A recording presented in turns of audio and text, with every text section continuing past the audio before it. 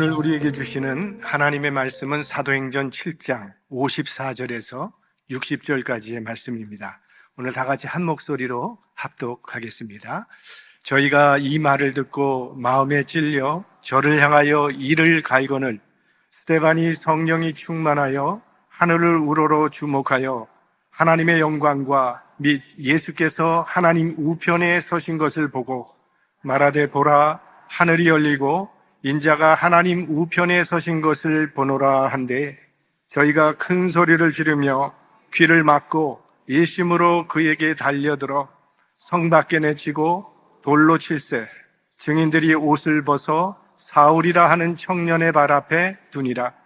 저희가 돌로 스데반을 치니 스데반이 부르짖어 가로되 주 예수여 내 영혼을 받으시옵소서 하고 무릎을 꿇고 크게 불러 가로되 주여 이 죄를 저들에게 돌리지 마옵소서. 이 말을 하고 자니라. 아멘. 세상 모든 사람들은 자기 생명을 보호하고 지키려고 노력하며 살아가고 있습니다. 그래서 때가 되면 병원에 가서 건강진단을 받고 몸에 좀 이상이 있는 것 같으면 의사를 만나서 진찰을 받고 필요한 치료를 하고 또 약을 복용하기도 합니다. 이 생명이라는 것이 너무나도 소중하다는 것을 알고 있기 때문입니다. 그러나 어떤 이유로 생명의 희생이 요구되는 상황 속에서 자기 생명을 담대하게 내어놓는 사람들이 있습니다. 옳은 일을 하다가 그런 일을 위해서 생명을 내어놓는 사람을 보면 큰 감동을 받게 됩니다. 안중근 의사처럼 나라를 위해서 목숨을 바친 사람을 우리는 애국자로 존경하고 있습니다. 마틴 루터 킹 주니어 목사 같은 사람은 미국 인권 운동사에 영원히 남는 그런 인물이 되었습니다. 기독교에서도 순교자들을 가장 고귀한 인물로 존경하고 있습니다. 예수님의 사도들이 순교를 했고 초대교회 지금 살펴보고 있는 예루살렘 교회 많은 성도들이 순교를 했습니다. 한국에서는 주기철 목사님 같은 분이 신사참배를 반대하다가 순교를 하셨습니다. 이들도 자신의 생명이 소중함을 알고 있었지만 믿음으로 주어지는 영생의 축복이 자연적인 생명을 연장하는 것보다 더 소중하다는 확신이 있었기 때문에 그런 선택을 했던 것입니다.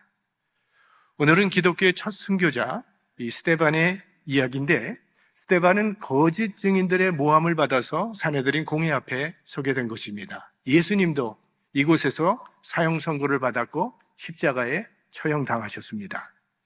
본문에 스데반을 죽이는 사람들과 순교자 스데반의 모습이 아주 대조적으로 나타나 있습니다. 먼저 가해자의 모습이 나오는데 스데반을 죽인 사람은 사내들인 공회원들입니다. 이들은 유대인들 중에서도 하나님을 가장 잘 섬긴다고 하는 종교 지도자들입니다. 스데반은 강도의 손에 죽은 것이 아니라 하나님을 섬긴다고 자처하는 종교인들에 의해서 죽임당한 것입니다. 믿지 않는 사람들이 교회를 무너뜨리는 게 아닙니다. 교회 다니는 사람이 교회를 무너뜨리는 겁니다. 교회는 외부적인 박해에는 매우 강합니다. 박해가 가해지면 가해질수록 더 똘똘 뭉치고 하나가 되고 더 강력해집니다. 그런데 어려운 적은 이 내부에 있습니다. 이 마음에 할례받지 못한 사람들이 교회를 어지럽게 합니다. 몸은 애굽을 떠난 것 같은데 마음이 애굽을 떠나지 못해서 그런 종교인들 때문에 하나님의 역사가 거스름을 당하고 있습니다. 그런 종교인들이 예수님을 죽였고 그런 종교인들이 스데반을 죽였습니다. 우리 정말 예수 잘 믿어야 합니다. 잘못하면 하나님의 역사에 거스르는 자가 될 수도 있습니다. 지난번에 살펴보았듯이 사내들인 공회원들은 스데반의 아주 논리정연하고 그리스도 중심적인 설교를 들었습니다.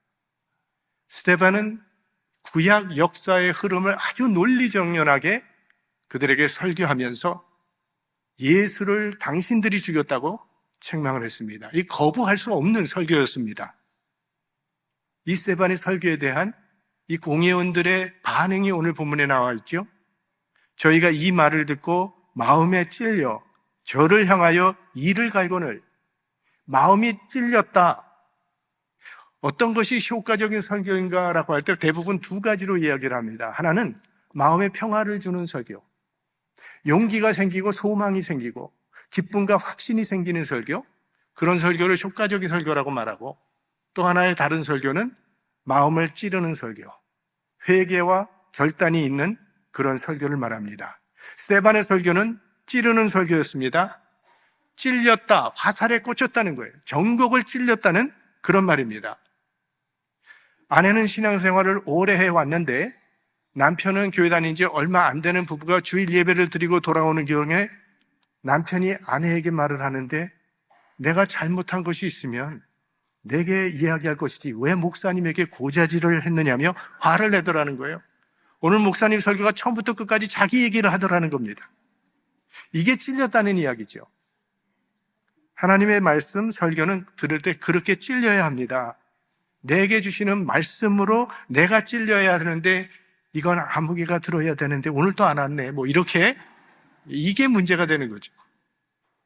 공회원들은 스데반의 설교에 전곡이 찔렸어요. 설교를 듣고 마음이 찔렸으면 회개하면 될 일인데 그들은 이를 갈았습니다.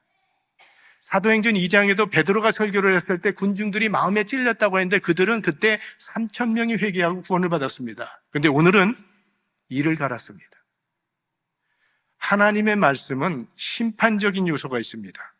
똑같은 말씀이지만 한 사람에게는 구원의 말씀으로 들려오고 다른 사람에게는 멸망의 말씀이 됩니다. 이 말씀을 받는 사람의 마음 상태에 따라서 이렇게 엄청난 차이를 가져오게 돼요. 가장 불쌍한 사람이란 하나님의 말씀을 들으면서도 마음 문을 열 수 없는 사람. 그렇게 되면 그 마음은 점점 더 완악해져서 마침내는 희생이 어려울 만큼 딱딱하게 굳어버립니다. 예수님께서 씨 뿌리는 비유를 말씀하실 때 그 길가가 바로 마음을 열지 않아서 딱딱하게 굳어버린 마음밭을 말하죠. 사도행전 4장에서 이 공회원들이 처음으로 베드로와 요한을 잡았을 때는 다시는 예수의 이름으로 말하지도 말고 가르치지도 말라는 말로 협박하고 그들을 풀어줬습니다. 그런데 사도행전 5장에서 두 번째로 공회원들이 사도들을 잡았을 때는 채찍질을 하고 놓아줬다 그랬어요. 그런데 오늘 7장에서는 돌로 쳐 죽이는 데까지 이르게 됩니다. 그렇게 마음이 완악해졌다는 거예요. 말씀을 받고 내가 깨어지거나 변화되지 않으면 그 말씀이 나를 죽이는 결과를 가져오게 될 수도 있다는 겁니다. 그러므로 말씀 앞에는 우리가 겸손해져야 합니다.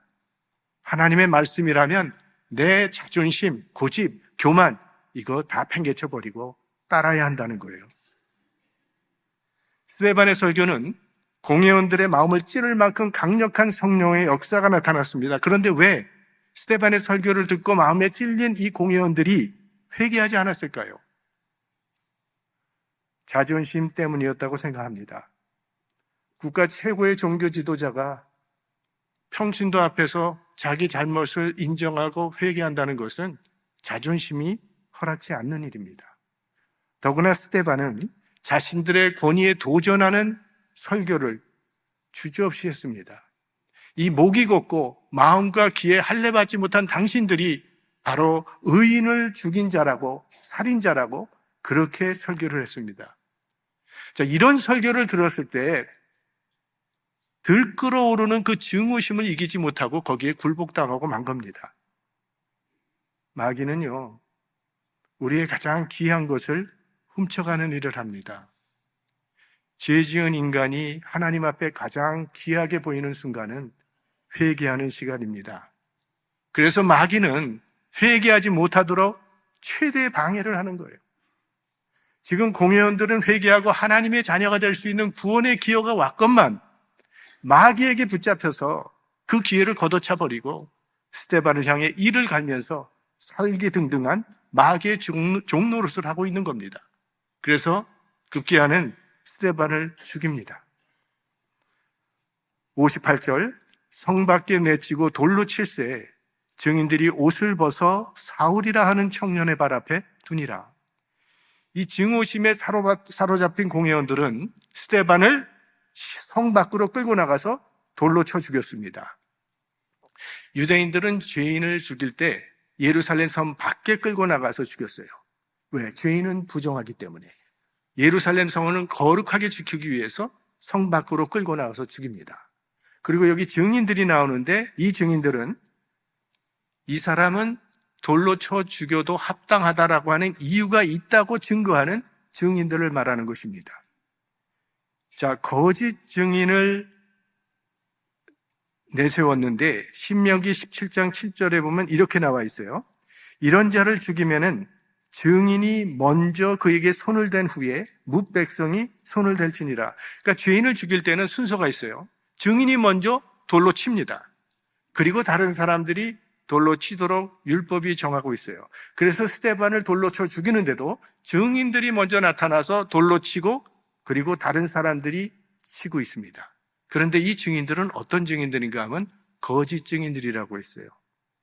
그러니까 거짓 증인을 세워서 스데반을 죽이면서도 율법의 형식만은 참으로 철저하게 지키고 있는 모습이 나옵니다. 그래서 예수님이 개탄하셨던 거죠.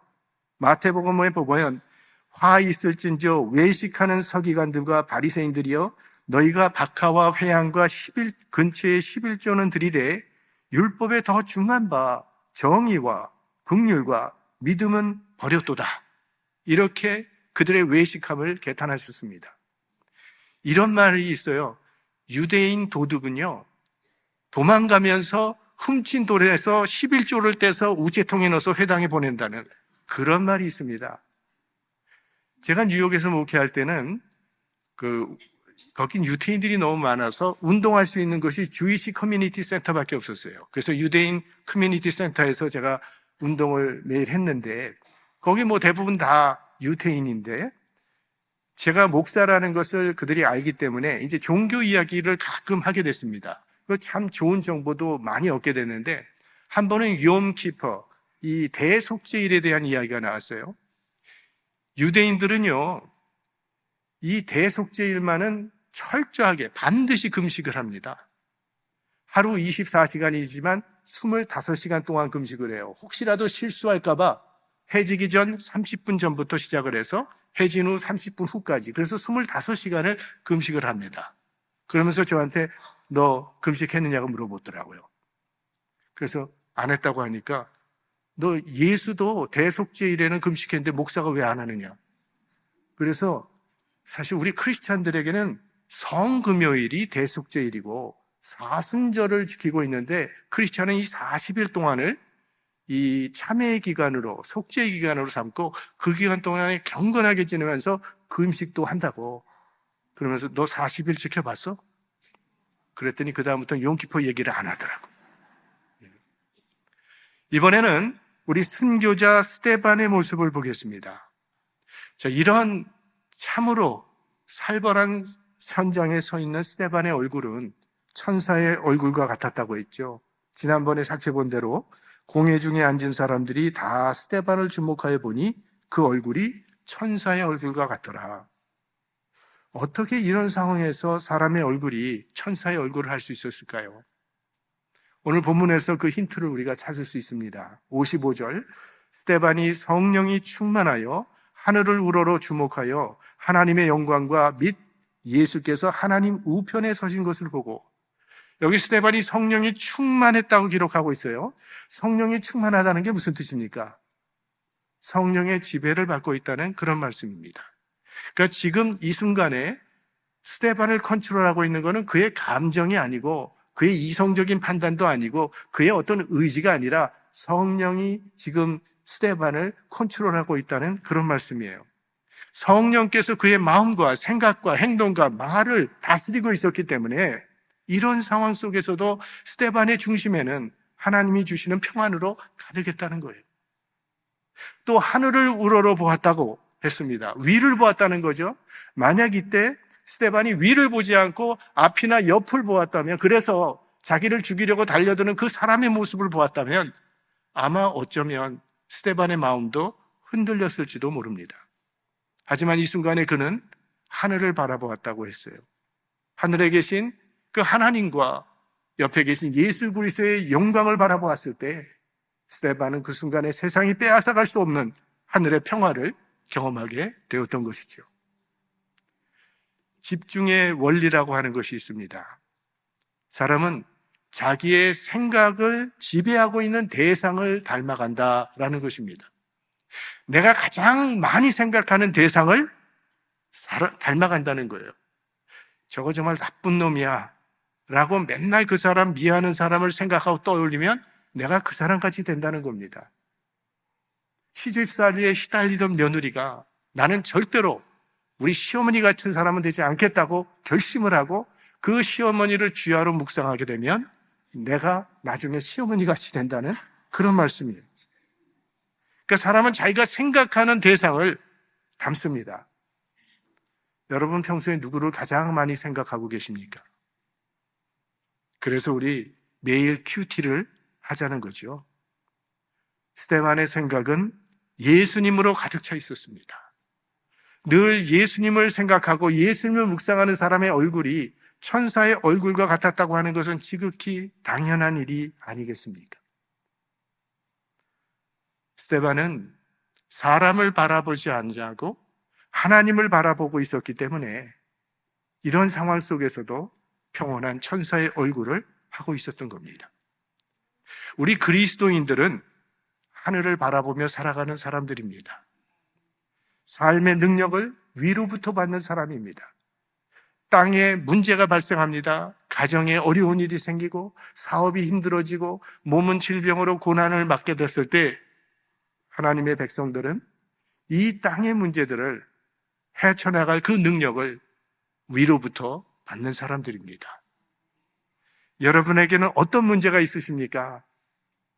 그 문제만 바라보고 있지 마시고 위에 계신 하나님을 바라보십시오. 하나님께서 여러분의 마음에 평화를 주실 것입니다. 그 문제 해결해 나갈 수 있는 지혜도 주실 것이고 능력도 주실 것입니다. 스데반이 바라본 하늘의 광경을 스데반이 설교합니다. 보라, 하늘이 열리고 인자가 하나님 우편에 서신 것을 보노라. 어떤 사람은 아니 지금 스데반이 공회당 안에 있는데 어떻게 하늘을 볼 수 있었냐고 말을 하는데 이거는 눈으로 보는 하늘이 아니라 환상을 말하는 것입니다. 그런데 스데반이 본 환상에는 아주 특별한 점이 하나 있는데 성경에서 하늘에 계신 예수님은 언제나 하나님 우편에 앉아 계시다고 기록되어 있습니다. 마가복음을 봐도 주 예수께서 말씀을 마치신 후에 하늘로 올려오사 하나님 우편에 앉으시니라. 골로새서에도 그러므로 너희가 그리스도와 함께 다시 살리심을 받았으면 위의 것을 찾으라. 거기는 그리스도께서 하나님 우편에 앉아 계시느니라. 우리가 매 주일 예배 때마다 암송하는 사도신경도 하늘에 오르사 전능하신 하나님 우편에 앉아 계시다가 유일하게 오늘 이 본문에만 예수님께서 서 계신 것으로 기록되어 있습니다. 신학자들은 이렇게 말을 합니다. 스데반이 순교하는 광경을 하늘에서 바라보고 계시던 예수님께서 그대로 앉아 계실 수가 없어서 스데반을 응원하기 위해서 그 자리에서 일어나신 것이다. 만약 그렇다면 아마 예수님께서는 이렇게 스데반을 응원하셨을 것 같습니다. 네가 죽도록 충성하라. 그리하면 내가 생명의 면류관을 네게 주리라. 여기 죽도록 충성하라는 말을 영어 성경으로 보면 until death가 아니라 unto death로 나와 있어요. 그러니까 죽기 직전까지 충성하라는 뜻이 아니라 죽기까지 죽도록 충성하라는 겁니다. 그러면 생명의 면류관을 주리라 이렇게 나와 있는데 이 면류관이라는 헬라어 단어가 스테파노스라고 하는 단어입니다. 이 스테파노스는 왕이 쓰는 왕관이 아니에요. 이번에 저희 선교팀이 다녀왔던 태국은 국왕이 다스리는 그런 나라입니다. 그리고 그 왕권이라고 하는 건 아주 절대적입니다. 학교를 가도 왕의 사진들이 걸려 있고 집을 방문해도 왕 사진이 걸려 있는데 저희가 태국에 도착하자마자 주의를 받았어요. 선교사님으로부터. 그 국왕의 사진에 손가락질만 해도 감옥에 잡혀간답니다. 절대로 왕에 대해서 안 좋은 얘기를 하면 안 되는 그런 나라예요. 이번에 몇 년 전에 그 나라를 다스리던 왕이 죽고 그 아들이 아버지를 이어서 왕이 되었습니다. 근데 그 아버지 왕은 정말 백성들에게 존경을 받는 성분이었어요. 좋은 일을 많이 했습니다. 근데 이 아들은 사생활도 좀 문란하고 여러 가지 문제가 많아서 백성들이 원치는 않았답니다. 하지만 왕세자니까, 왕의 아들이니까 그 혈통 때문에 그는 왕이 된 것입니다. 그 왕관은 아무런 수고도 없이 그저 자격도 없는 사람이 그냥 받은 거예요. 이런 얘기했다고 태국에 알리면 전 잡혀갑니다. 그러나 스테파노스는 그런 왕관이 아닙니다. 이거는 올림픽 선수들이 그 시합에서 승리했을 때 받아 쓰는 그런 관입니다. 그 뼈를 깎는 훈련을 다 견뎌내고 올림픽 시합에서 마침내 금메달을 땄을 때 받아 쓰는 관, 그것이 스테파노스예요. 고난과 핍박 속에서 순교하고 얻는 면류관, 그것이 스테파노스라는 거예요. 근데 이 스테파노스라는 말에서 유래된 이름이 스테반이에요. 스테반의 이름은 헬라어로 스테파노스입니다. 과연 그 이름답게 스테반은 죽음 앞에서 비겁한 애원을 하지 않고 그 날아오는 돌을 다 맞아가면서 장렬한 최후를 맞이했습니다.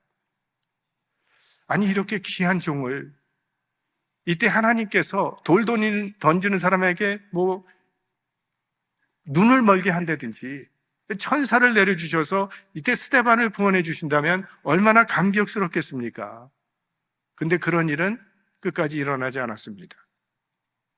여자가 낳은 자 중에 가장 큰 자라고 인정을 받았던 세례 요한도 여자 한 사람이 춤을 잘 추는 바람에 감옥에서 목이 베어 달아났고, 예수님도 십자가에서 내려오면 메시아라고 믿겠다고 그렇게 요청을 했지만 예수님은 그대로 십자가에 달려 돌아가셨어요. 이 믿음이라고 하는 것은 아무런 기적이 나타나지 않더라도 그것도 하나님의 뜻으로 인정하며 살아가는 것입니다. 하나님께서 함께 하신다는 것이 반드시 죽음을 면한다는 뜻은 아니라는 거예요. 우리는 한 사람도 예외 없이 하나님이 정하신 시간에 우리는 죽어야 합니다. 문제는 어떻게 죽느냐입니다. 스데반처럼 평온한 천사의 얼굴로 죽음을 맞이하느냐, 아니면 불안과 공포와 두려움 가운데 죽음을 맞이하느냐. 오늘 본문은 스데반이 죽었다고 말하지 않고 잔다라고 기록하고 있죠. 잔다는 말은 다시 깨어날 것을 전제하는 말입니다. 어젯밤에 여러분 잠자리에 들어가실 때 나 일어나가 못 깨어나면 어떡하지 불안해서 잠자리를 설친 분 계십니까? 아마 그런 분 한 분도 안 계실 것입니다. 당연히 깨어날 것을 믿고 편안히 잠자리에 들어가셨을 겁니다. 죽음이 그런 거라는 겁니다. 우리가 이 땅에서 마지막 잠에 드는 그 순간에 영원한 하나님의 나라에서 다시 깨어난다고 하는 그 사실을 여러분 믿으시기 바랍니다. 스데반은 여러 면에서 예수님과 비슷한 부분이 많이 있는데 거짓 증인의 모함에 의해서 공회당 앞에 서게 되셨고 또 신성 모독죄로 고소를 당하셨습니다. 그리고 마지막에 기도가 동일했다는 점입니다.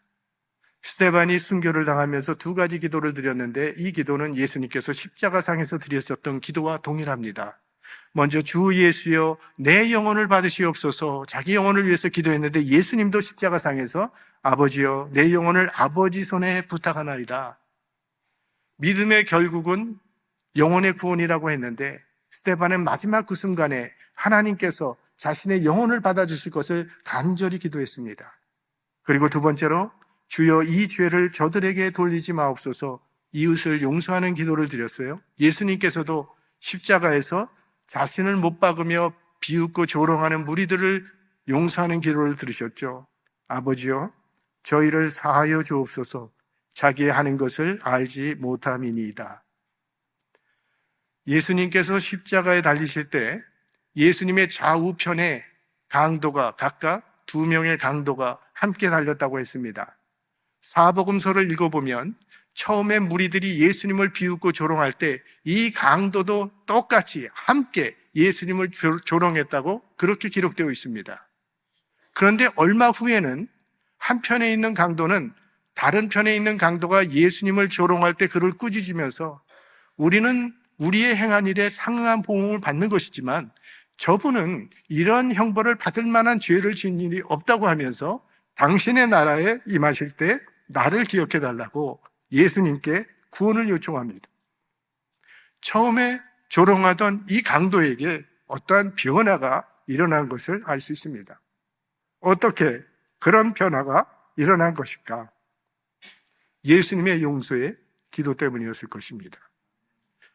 자기는 죄 때문에 마땅한 벌을 받는데도 자기를 십자가에 못 박는 그 사람이 그렇게 미운데, 아무 죄도 없이 십자가에 달린 그 사람이 자기를 십자가의 못을 받고 비웃고 조롱하는 그런 무리들을 위해서 용서의 기도를 드린다면, 저분이라면 메시아가 틀림없을 것이라는 믿음이 생겼던 것입니다.